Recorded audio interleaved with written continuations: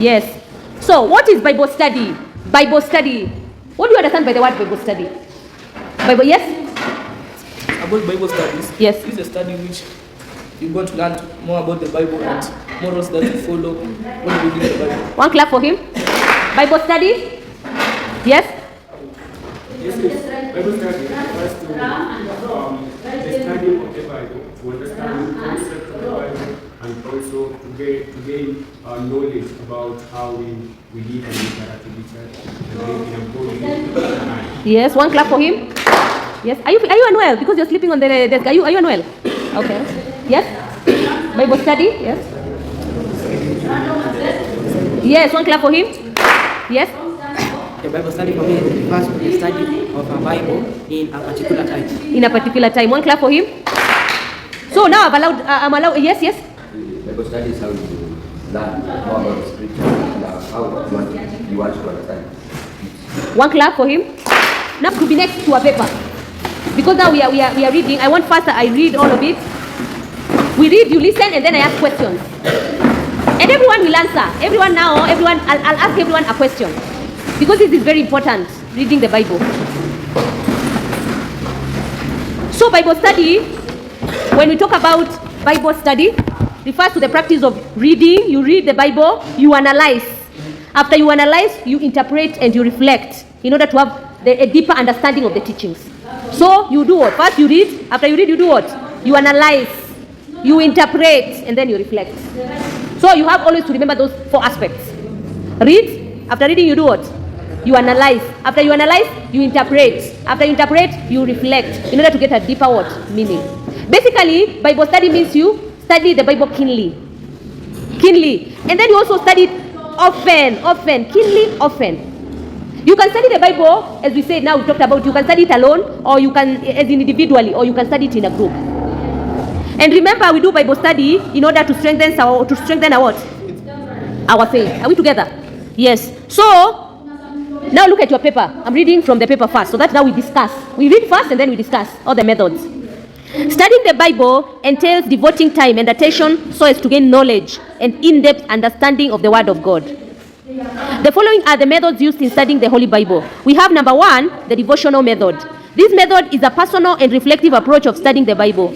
It is useful when one wants to have a personal relationship with God through His Word. It consists of the following steps. Select a Bible passage to focus on, for example, a chapter, a verse, or few verses. Ask God to open your heart and mind to be able to understand the scripture before you begin reading. Read the passage several times slowly. Allow each word and phrase to sink in. Note the important details like who is involved, what is happening, when and where it is happening. And then you interpret the passage. Here you may ask yourself the following questions. Does this passage reveal about God? What does it say about the human nature? How does this passage fit into the larger context of the Bible? F, you have to reflect on the passage by asking yourself the following questions. What is God teaching me through this passage? How can I apply the truth from the passage to my day-to-day life? Is there a command to obey, sin to repent, promise to claim, or an example to follow? Make a prayer asking God to help you living according to the lessons you have learned and for strength to apply them in your life. You may opt to write down your thoughts, reflections, and any personal insights. This deepens your understanding and creates a record of your spiritual journey. So, devotional method. What have we said here? We have said in the devotional method, it is a reflective approach. You reflect. And reflective method is whereby you have a personal relationship with God. So, in devotional method, number 1, you have to select the what? The passage. You select the passage. You select where you're going to do what? To read. So you know the Bible verse you're going to read. Or number 1, you start with the chapter, and then the what? The verse. Number 2, what do? You ask God to open your heart and what? Your mind. How do you do that? You pray, right? Yes. You pray. You select and then you pray. Now you ask God to open your heart and your what? Your mind. From there, you read the passage slowly several times. You read it slowly several times, and then from there, yes, you note important details. Here you're not writing them. Noting them, you're not writing them. You ask yourself, what is happening? Yes? What is happening here? You ask yourself what is happening in that, whatever you're reading. When did it happen? After you ask yourself, you try to interpret the passage. You say, what are we being told there as human beings? What is God trying to say? When you're reflecting now, that is where you ask yourself, what is God teaching me? From this passage, what is God teaching me? How can I apply it in my life right now?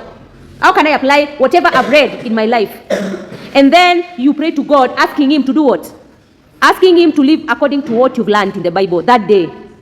And then you can opt. You can write or not write. You write how you feel about the passage on your notebook. You see, you're not writing the passage, right?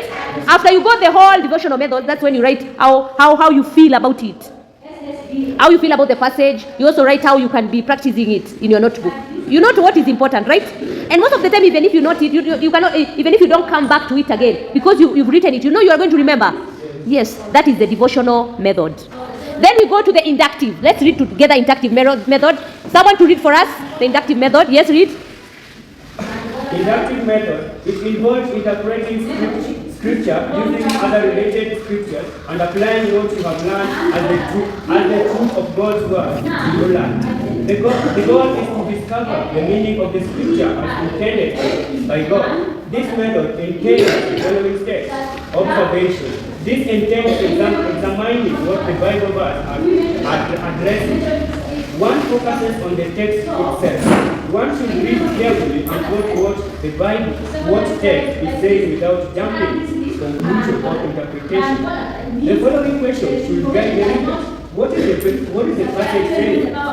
Who is speaking or writing? Who is the author?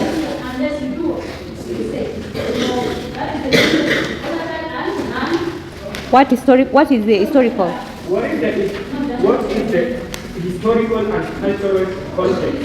What are the key words? What is the structure of the passage in terms of verse, chapter, or theme? Interpretation. This involves understanding the meaning of the original audience will have understood. In this step, one asks the following question. What does the passage mean? What was the intention of the original author? How does the passage relate to the other contents of the book in the Bible? What are the theological truths being expressed? What are the cultural or historical factors that may influence the interpretation? Application. This entails using the lessons learned in scriptures in your day-to-day life. One moves from intellectual understanding to practical living, seeking to make the teaching from the Bible relevant in his or her life.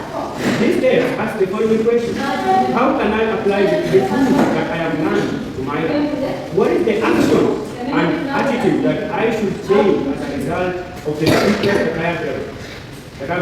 How do the teachings in the text that I have read affect my relationship with God and other people? One clap for him. So now we have the second method, which is inductive method.